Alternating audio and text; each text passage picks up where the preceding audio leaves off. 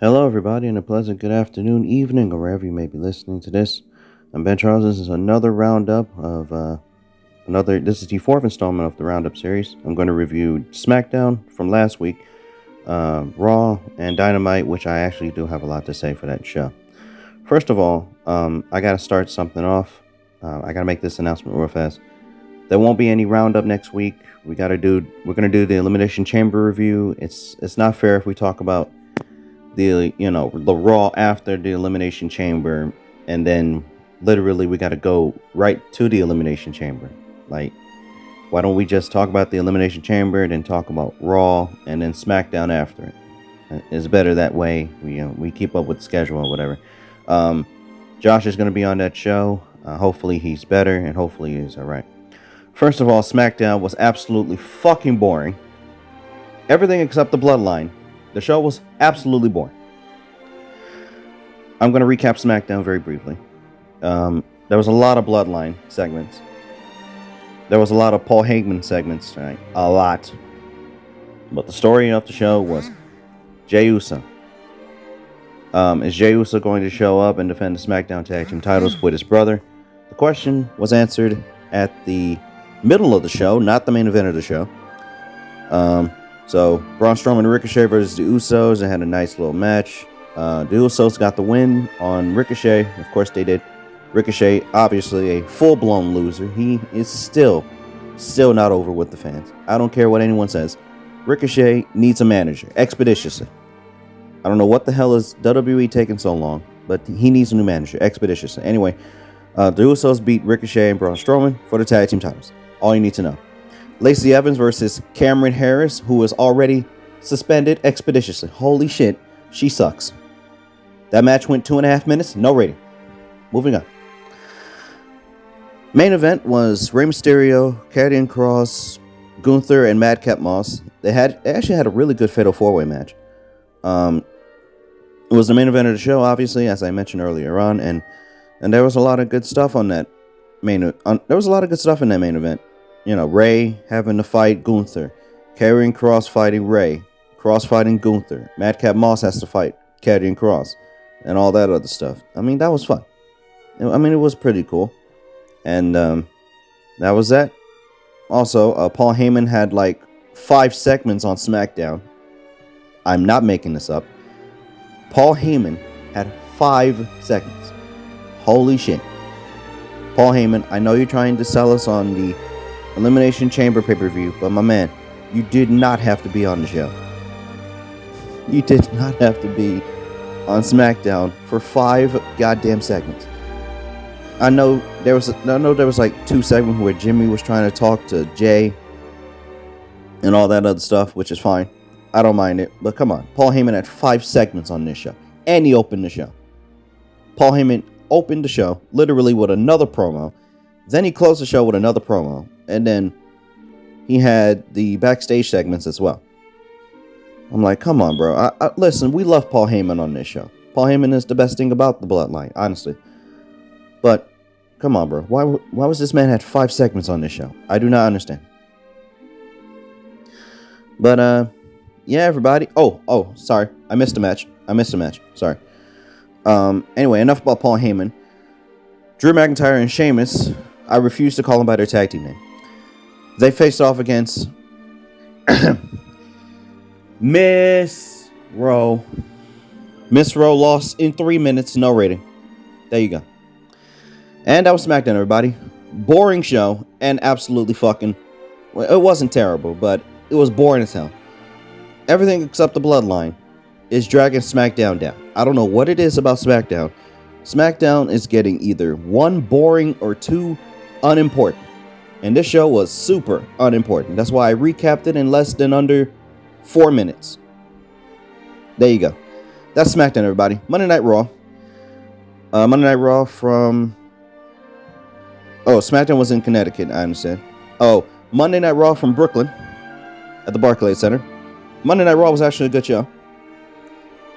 There was a lot of things that happened on Monday Night Raw.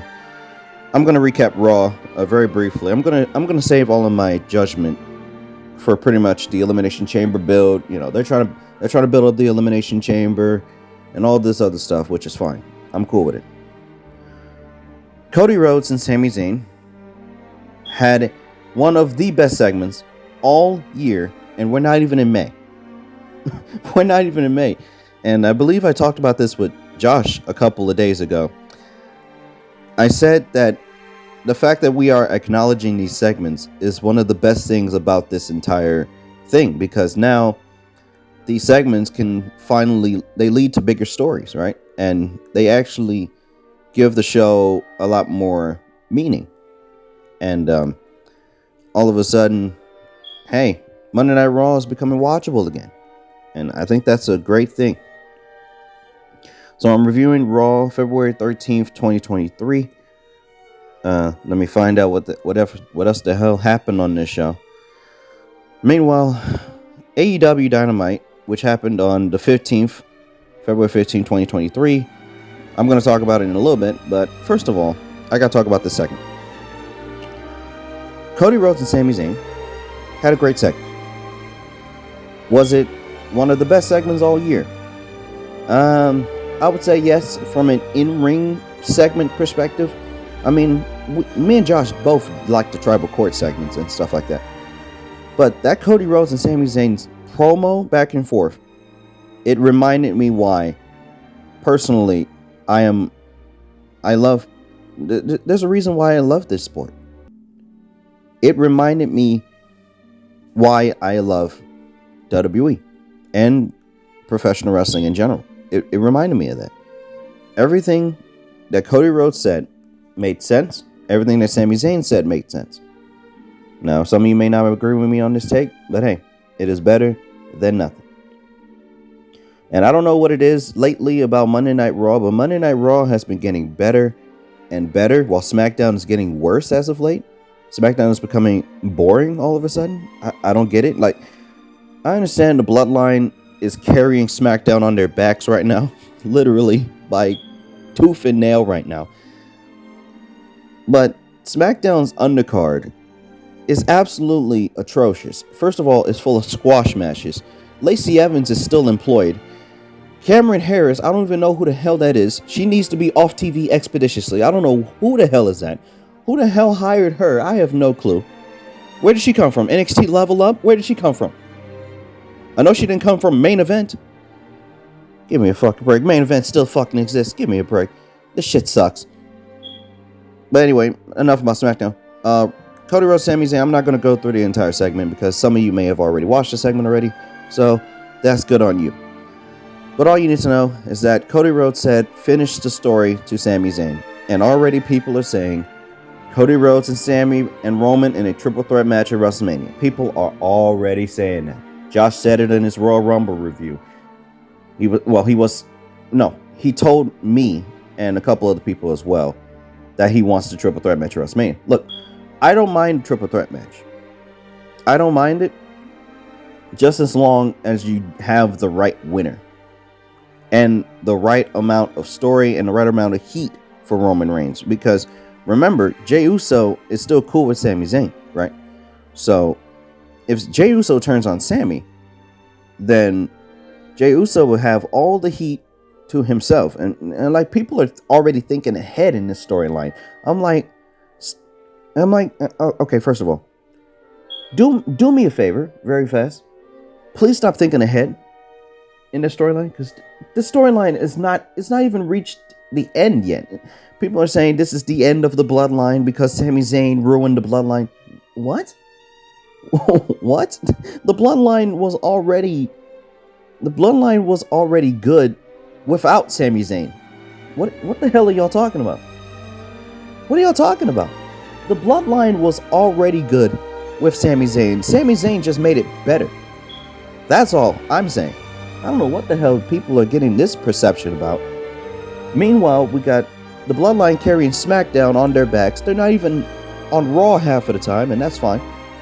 So now, all of a sudden, they are on this show, on Monday Night Raw. Sami Zayn was on the show. And now people are already saying Sami Zayn should win the WWE Championship. And here's another thing I want to point out as well.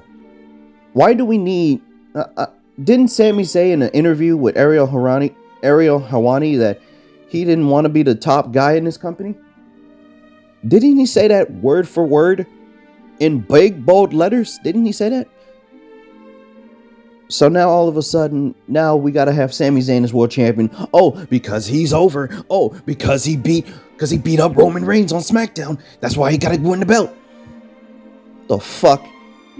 Give me a fucking break. You people are absolutely ridiculous. If you think Sami Zayn is gonna win the world championship from Roman without pinning Roman, I don't mind a triple threat match, as I mentioned earlier on. But again, Sami Zayn should not be winning the WWE Championship right now. It's not like people are saying Cody should win the championship. I'm like, no. I'm a little bit mixed about Cody winning the world title because Cody is already a made man. He already is slowly becoming more popular and popular. He's slowly getting over with the fans, which is fine. No, he's kind of over, but he's not necessarily wrestling in the main event all the time, which is fine. But that's another story for another time. But listen, if Cody wins the belt from Roman, what the hell do we do with Cody Rhodes when he wins against either Sami or Roman? As I mentioned back in my Royal Rumble review, I originally wanted Cody versus Sami Zayn night 1, but then I realized deep down in myself, I'm like, that's one of the dumbest ideas I've ever said in my life. So, yeah, I mean, I don't mind it, but again, we got to make things work. We got to make it work. I mean, what do we do with Cody when he wins the world championships? We can't just have Cody right away just split both championships. Why don't we actually unify the world championship and the tag team titles and the women's titles as well? Why don't we just all fucking unify those goddamn titles and finally end the brand split? SmackDown is already it's already being treated like the secondary show. It's not even much the secondary brand anymore. Honestly, just end the goddamn brand split. People are saying, oh, but Ben, the brand split is already over. No, it's not. The fucking world titles are not unified. That does not mean the brand split is necessarily over. I've been asking for the world title to be unified for years. Years. Since 2016. For years. Instead, no.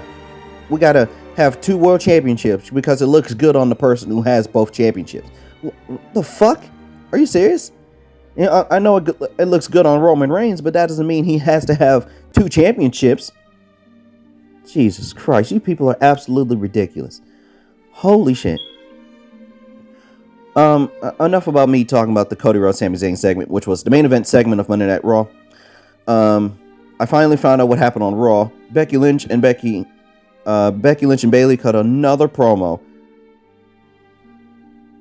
So they talk about what happened last week at the Elimination Chamber. So Lita came out. She wants Bayley in the Elimination Chamber, which is no, because Bayley did not qualify for the Chamber. So there you go. So anyway, Bianca Belair. By the way, Bianca Belair looked great tonight. Holy shit, Bianca Belair looked absolutely great tonight. I don't know what was it. People were already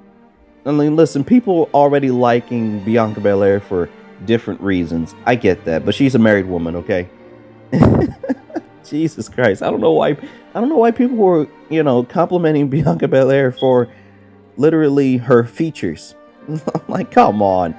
I'm like, is that the best y'all can do? Holy shit. Anyway,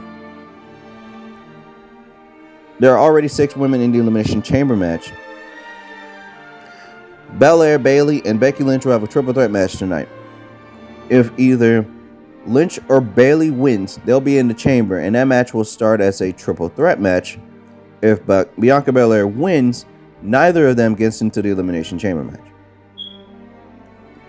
It was a decent opening segment.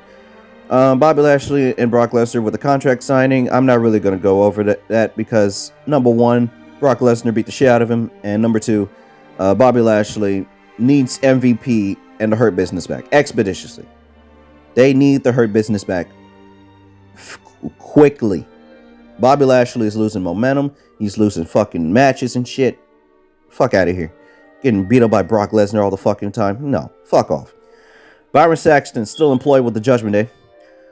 Oh, by the way, Dominic Mysterio. That Valentine's Day segment, that was awesome. Unfortunately, it still does not change the fact you need to get the fuck off my television. Holy shit, are you terrible? Jesus Christ. People are actually liking Dominic Mysterio. I'm like, what? What are y'all smoking? Dominic Mysterio? Really? So this is a guy who turned heel for no fucking reason back in September, and you expect me not to forget about that? You expect me not to realize that Dominic Mysterio turned heel for no goddamn reason, only for him to be one of the most unimportant things about Judgment Day. Unbelievable. Damian Priest cuts a promo. He says he will step inside the Elimination Chamber. And is the Judgment Day prepared? I don't know about that one. Dominic got off the phone with Rhea Ripley, who's still traveling. She's excited for Valentine's Day. And Finn Balor and Damian Priest face the Street Profits next, which is awesome. This was actually a good match.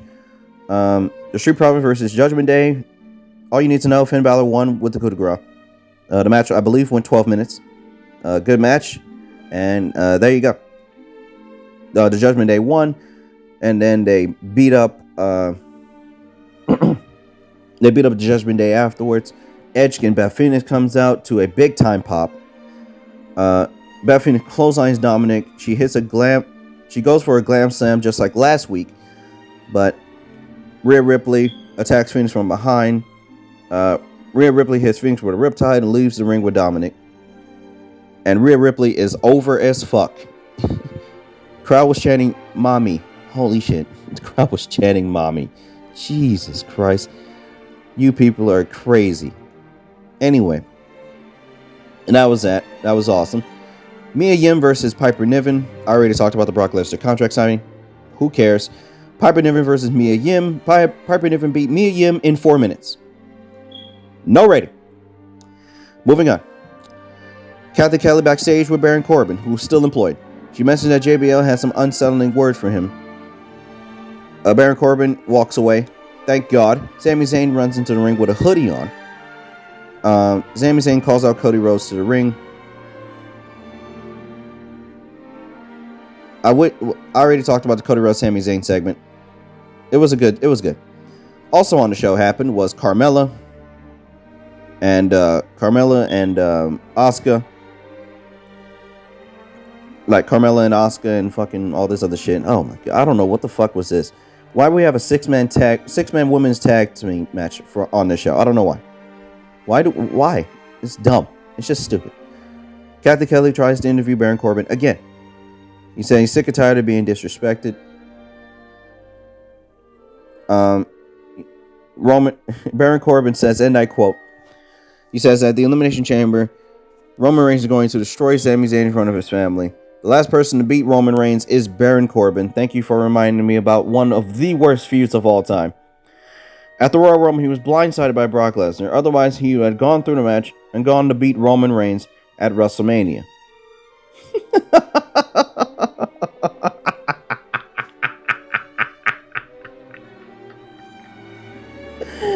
Oh, man.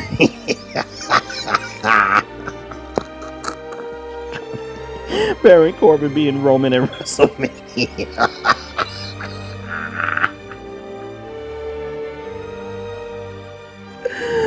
Oh, man. Oh, man. I think that's worse than the Guns winning the World Tag Team titles. Holy shit. Baron Corbin, get off my fucking TV. And you lost to Cody Rhodes in 5 minutes. No rating. Holy shit. 6 women tag. Liv Morgan, Raquel Rodriguez, and Natalya. Still employed, by the way. Versus Carmella. Still employed. Nikki Cross. And Asuka. There you go. Anyway, Asuka looked great in this match. Nikki Cross also looked great in this match, so they're building up Asuka quite nicely in this 6-woman tag. This match goes 9 minutes. I didn't necessarily care about this match. And why is Natalya on Monday Night Raw all of a sudden? Isn't she a SmackDown superstar? What the hell's going on? Which is why I say end the goddamn brand split. We go backstage to see Otis eating a hot dog. Oh, yeah. Otis, big fat ass eating a hot dog. Still employed, by the way, is Otis. Chad Gable. Shoosh! There you go. He wrote... So, Chad Gable says something went wrong, but he rewrote some Academy curriculum. The camera then sees Mansoor covered in mustard. Marseille and Maxine Dupree with him. So, Gable thinks she's talking to him. Dupree introduces himself and asks if he's done any modeling. Gable thinks she's talking to him, but they say he could be a hand model. Otis has the physique they're looking for. Dupree hands him a card. Gable is not happy. So, first of all, they're going to put Otis in the Maximum Male Models. What?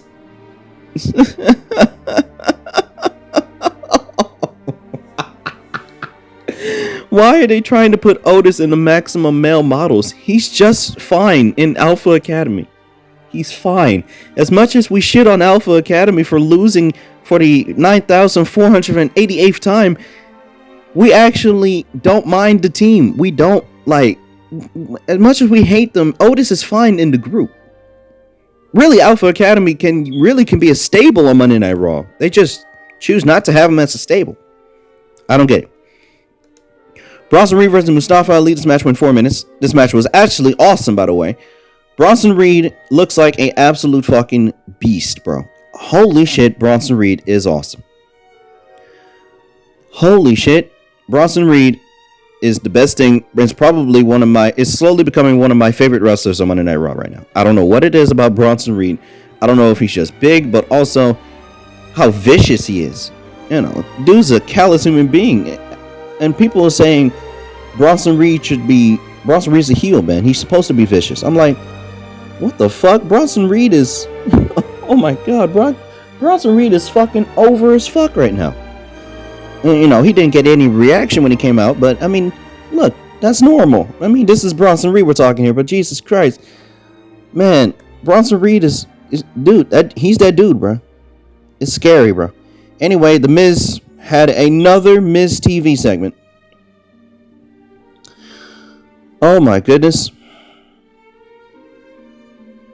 Anyway, The Miz comes out. He introduces Seth Rollins.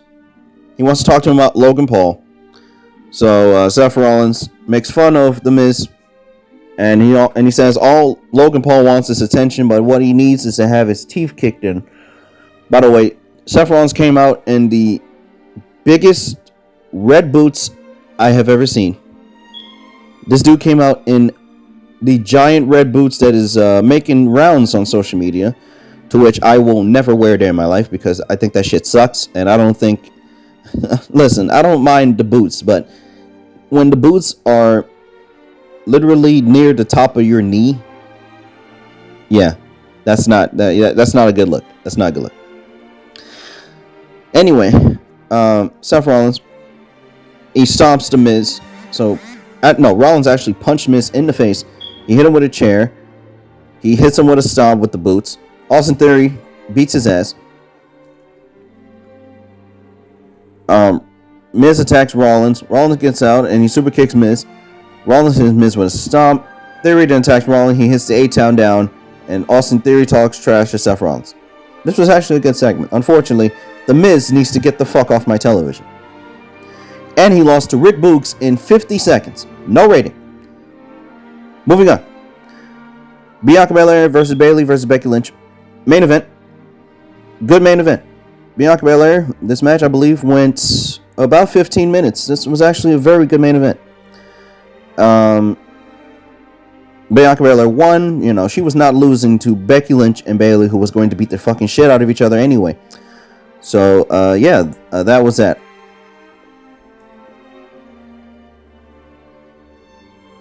hold on. Yeah. Anyway, yes. Bianca Belair won, and this was actually a very solid Monday Night Raw. I didn't mind this show, but there was a lot of squash matches in between all the other shit. But other than that, solid edition of Monday Night Raw. Alright, this is Monday Night Raw from February 13th, 2013. 2023. I wish it was 2013. I wish it was 2013. That way fucking AEW Dynamite did not exist. AEW Dynamite. Oh my god, do I got a lot to talk about for this show. Holy shit. First of all, AEW Dynamite. The card for that show was fucking horrible. Let's get this out the way. The card for AEW Dynamite was horrendous. Hangman Adam Page versus Kip Sabian on the show. Jesus Christ, you're asking me to turn the goddamn channel at that rate. Holy shit. By the way, AEW Dynamite was in, I believe, no. Hold on, everybody. Let me find AEW Dynamite real fast. Jesus Christ. Apparently, I cannot find this. Goddamn. Okay, never mind. I found the show. Never mind. Got it. Alright. Yes, Hangman Adam Page versus Kip Sabian was on the show. We had a Texas Tornado match. Texas Tornado tag team match to begin the show, by the way. AEW Dynamite, in the grand scheme of things, was not very watchable. Now, the reason why I say that is because Mark Briscoe and Josh Woods was on the show. I don't mind Mark Briscoe on this show. But why the hell was Kip Sabian on this show? Josh Woods, who actually, I forgot he was still employed. Now he's on TV again. Why? I don't know. And people are saying Kip Sabian actually had one of the best matches of his career against Hangman Adam Page. That's a lie. That's a lie. Whoever the hell said that, you are absolutely ridiculous. Unbelievably ridiculous. Unbelievable. Anyway, AEW Dynamite from Laredo. And we begin with an 8-man tag team match. Jeff Jarrett's Goons. There's a lot of get off my TV tonight. On this show. A lot. Jeff Jarrett, who lost his dad, Jerry Jarrett, may he rest in peace. But Jeff Jarrett, it still doesn't change the fact you still need to get off my television. Jay Lethal, still employed. Sanjay Dutt, still employed. Satnam Singh, still employed. Orange Cassidy, still employed. The Acclaimed, who lost the World Tag Team titles last week, still employed. Billy Gunn, still employed. Can all of you please get off my television? I'm sick of every single last one of you. Get Orange Cassidy off my TV. Orange Cassidy, like, they won tonight. I mean, it was okay, but why was Satnam Singh throwing these 4 men around like fucking garbage is my question. Maybe that's what he's supposed to do, and that's fine, but come on. Y'all thought Jeff Jarrett and Jay Lethal was winning this match? When the Acclaim lost the World Tag Team titles and Orange Cassidy is a champion in this match? The All-Atlantic Championship, to which he has not defended to Orange Cassidy? Anyway, Orange Cassidy, The Acclaim, and Billy Gunn won. No one cared about this match. I didn't care about this match necessarily. So, there you go. Texas Tornado Tag Team match. Blackpool Combat Club versus La Fashion Ingolable, Rush and Preston Vance. This was actually a very good match. All you need to know, and necessarily, you all can go watch the video for AEW about the Texas Tornado match. All you need to know is that Claudio beat the fucking shit out of Rush. Rush and Claudio, they have great chemistry, all of us. They have great chemistry. But anyway, Jon Moxley chokes out Preston Vance, and they win the Texas Tornado match, which was awesome. It was actually a very good match. Unfortunately, the rest of the show was absolutely missable. I'm not giving a rating for this match. I'll give ratings for this match on the next. I'll give ratings for all the other matches on the next roundup. I'm just giving a straight away, just Just a straight review of the show. I don't need to. I'll rate the show, but listen, I mean, it's better off if I just review it. Wardlow. Wardlow had one of his best segments, I think, ever, with Jim Ross. Wardlow sits down with Jim Ross. Wardlow talks about the impact his father had on his early life and the reunion they had much later on. They were able to start rebuilding their relationship until his father came down with stage 4 cancer, which happened right around the beginning of Wardlow's career. He explained growing his hair out of in honor of his father what he dealt with, and why Samoa Joe clipping his hair means more than just a haircut, and why Wardlow will be looking to take back what his. So, Wardlow is back, and he wants to take out Samoa Joe for the TNT title. I'm all for it. The question is now, do we put the belt back on Wardlow? Because, yeah. I mean, look, the funny thing is, Wardlow does not need the TNT title. That's the funny thing. He doesn't need the TNT title. He's just, I mean, he's in the mid-card, yeah, but he doesn't need the TNT title. I mean, Wardlow can be all-Atlantic champion. I don't see the fuck why not. Orange Cassidy ain't doing shit with that title. Put the belt on Wardlow. That's what I would fucking do. Or make Wardlow, part of a tag team. We can do that. Have Wardlow with some fun. We can build Wardlow back up. Okay? It's not like Wardlow sucks. We can build him back up. It's just, we have to book him right. That's all. Anyway, Mark Briscoe versus Josh Woods. Mark Briscoe wins in 6 minutes. Josh Woods lost. No, I'm sorry. I wish this match went 6 minutes. The match, I believe, went 12. I'm sorry. Mark Briscoe and Josh Woods. Mark Briscoe hits the frog bow after hitting a Death Valley driver for the win. Josh Woods, get off my fucking TV. Adam Cole talks about being excited to be back in AEW. He says, Renee Paquette asks what the next chapter looks like for him. This was actually a very fun segment. And Cole says he hasn't had a chance to explore things yet, but he will. He talks about the roster being stacked and he needs to be prepared. And he teases Adam Cole actually teases those who he wants to face, by the way. So, Adam Cole is being built up quite nicely. Anyway, MJF talks about...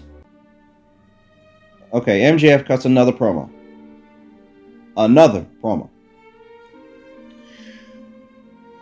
MJF responds to the crowd check with no hablo español. And at least he's honest about being the devil. To MJF, the crowd doesn't love him and Brian is trash. But MJF is not here to focus on that. He hates Brian because the man is here telling the fans that he is better than MJF. He acts this because Danielson entertains him because of his technical mastery. But the only way you know that you're the best in the world if you're the man holding the AEW World Heavyweight Championship. Something Brian Danielson has never accomplished. This was actually a great segment, by the way. At Revolution, MJF proves he will be the best wrestler out there. Christopher Daniels comes out. It's nice to see Christopher Daniels on the show. I don't know why some people hate Christopher Daniels all of a sudden. Christopher Daniels can absolutely go. He can go. He's just an agent backstage. That's all he is. But it's not like... I mean, Christopher Daniels can wrestle here and there. That's fine, but hey, better than nothing. Anyway, Christopher Daniels gave a disclaimer saying he was paid by MJF to make fun of Brian Danielson live on national TV. But honestly, Danielson cannot... Brian Danielson can beat up MJF. That's all I'm going to do. That's not exactly what Christopher Daniels said, but it was pretty much what he said. Brian Danielson hit Christopher Daniels so hard he thought he would die in the ring all those years ago. And that's when Christopher Daniels knew Brian Danielson would be great. He saw the talent that helped create Ring of Honor, which gave wrestling fans what they needed. And without Ring of Honor, there won't be an AEW, and there certainly won't be an MJF. So, Christopher Daniels advocates for Brian Danielson. Christopher Danielson slaps him, by the way. MJF responds with a kick to the nuts. He targets the arm and shoulder of Daniels before Danielson runs down and makes the save, and MJF walks away. Great segment. What a great segment. And we go to a video package from the Gun Club. Gun Club are your new AEW World Tag Team Champions. And they say, welcome to the Gun Show.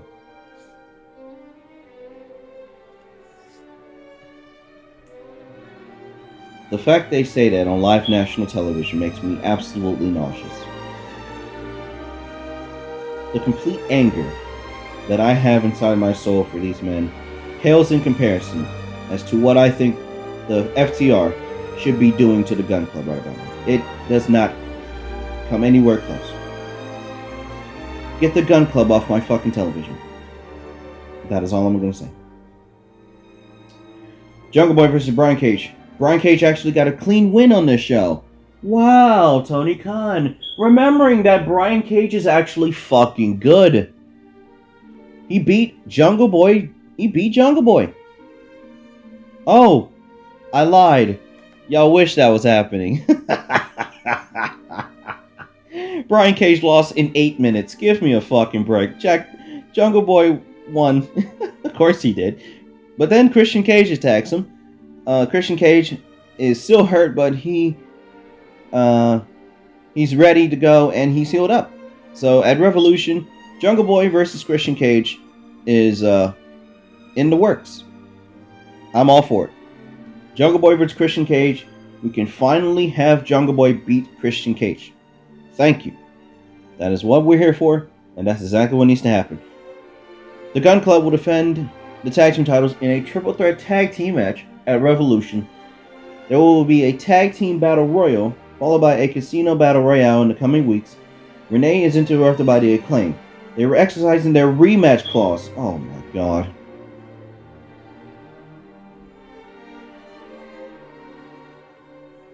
So AEW just allows the Acclaim to casually just get rematches. Meanwhile, the Butcher and the Blade has not got their rematch. The Lucha Bros has not got their rematch for the tag team titles. But the Acclaim is exercising their rematch clause. Unbelievable. Oh, by the way, the match of Revolution is now a four-way. It's a fatal four-way tag team match for the World Tag Team titles. It is the Acclaimed, the Gun Club. Who else is in it? Who else is in this? Isn't FCR in this? They should be in this. I don't see why they shouldn't. But anyway, I'll let y'all know next week. There won't be a roundup next week, but I'll let you know on the next edition of the roundup. I'll let you know what happens there. So there you go. Hangman Adam Page versus Kip Sabian. Kip Sabian, get off my fucking TV expeditiously. I don't care if you had one of the best matches of your entire career. I don't care if you wrestled a 5-star match against Hangman Adam Page. I don't care if you wrestled in Tokyo, Japan. Kip Sabian, you still fucking suck. You still fucking stink, and you need to get the fuck off my TV. This man needs to be unemployed by fucking July. Get this man the fuck out of this company. Get him out. Holy shit. He got fucking destroyed by Hangman Adam Page. Hangman Adam Page beat his ass. The match went 7 fucking minutes. Thank fucking Christ. Kip Sabian sucks. Goodbye. So here's what happened in quick succession. The Blackpool Combat Club come out to confront Hangman. Moxley has a microphone. So Moxley tells Page to let it go, but Page grabs the mic from him. Page thinks this ends at Revolution, and Moxley versus Hangman Adam Page 4 for another. This is not a last man standing match, by the way. It is a Texas Death Match. Jon Moxley versus Hangman Adam Page, Texas Death Match at Revolution. Take all my money. Great. Evil Uno, who's still employed, by the way. Dark Order came out. Dark Order, who was still employed. Evil Uno, he says Moxley have had the back of Hangman Adam Page for the last couple of years, and despite Page telling them not to get involved, Evil Uno tells Mox that Dark Order is not afraid of them, nor is he afraid of Moxley. And John speaks up, looking past Evil Uno. Evil Uno slaps the shit out of him, to which, yeah, he did slap the shit out of him, but no, he didn't slap the shit out of him. Evil Uno and Jon Moxley just stare each other down, and that's that. So, yeah, Evil Uno versus Jon Moxley for no fucking reason next week. To which I will not review because there won't be any roundups next week. Jericho Appreciation Society promo. Oh boy. These fucking goons. Daniel Garcia. Get off my TV. Daniel Garcia versus Ricky Starks on Rampage on Friday. We will not watch that show, and we will not review that show until Rampage is not on Fridays anymore. I'm not reviewing that show at all. Under no shape or form. So, people are going to be saying, oh, but Ben, why haven't you reviewed AEW Rampage? I'm hearing Rampage is a good show. Yes, Rampage is a great show. The show is still fucking taped. What the fuck? Give me a fucking break. You fucking people are absolutely retarded. Britt Baker, Toni Storm, and Ruby Soho. This was the main event of the show, by the way. This was actually okay. The match, I believe, went 9 minutes, though. Ruby Soho won. Saraya gets involved. She spray paints an L on Tony's behind. I'm not making this up. Saraya actually spray painted an L on Tony's. I'm dead ass serious, by the way. On her backside. I'm not kidding. That was the finish of the match. So she hits the hip attack on Britt Baker. Get your mind out of the gutter, everybody. Except it's Soho who shoves Toni Storm away and gets a pin on Britt Baker. So there you go. Was this a good show? No, it was not. But it was something. The segments on this show was actually very nice. It was cool. But other than that, this show was a thumbs down show. And that was AEW Dynamite from February 15th, 2023. This was a pretty laid back review. I didn't yell my ass off because, it wasn't necessary. But anyway, as I said earlier on, no roundup next week. We're going to do the Elimination Chamber review. You're going to catch me, Cabo, Josh on it. And we'll see you all then. Until the Elimination Chamber review, I'm Ben Charles. So long, everybody.